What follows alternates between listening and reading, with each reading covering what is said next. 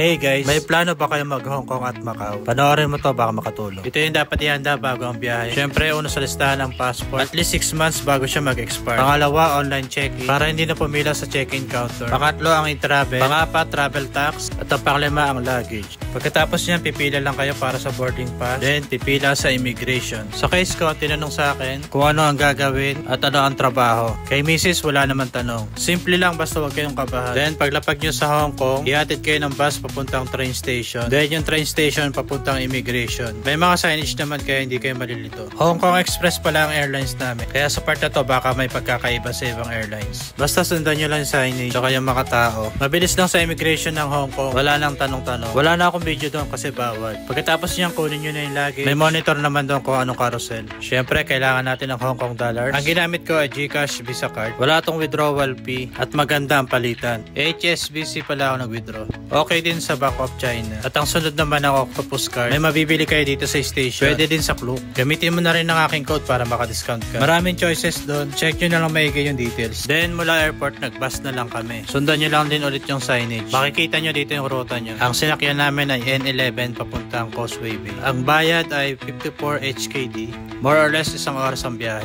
Mag-download na rin pala kayo ng Google Maps at bumili ng SIM card. Kami ang binili namin eSIM sa Klook. At ito pala ang aming hotel. Ito ang kanyang lobby area. Pangalan niya ay Mini Hotel. Sa Klook din namin ito na-book. Basta kapag Klook, gamitin mo ang aking code para sa discount. At ito ang loob ng room. Maliit lang siya, pero malinis at maayos ang aircon. Pwede na kung pahinga lang naman. Ipa-flash ko na rin pala yung ibang checklist namin bago matapos ang video. Salamat sa panonood. See you on day 1.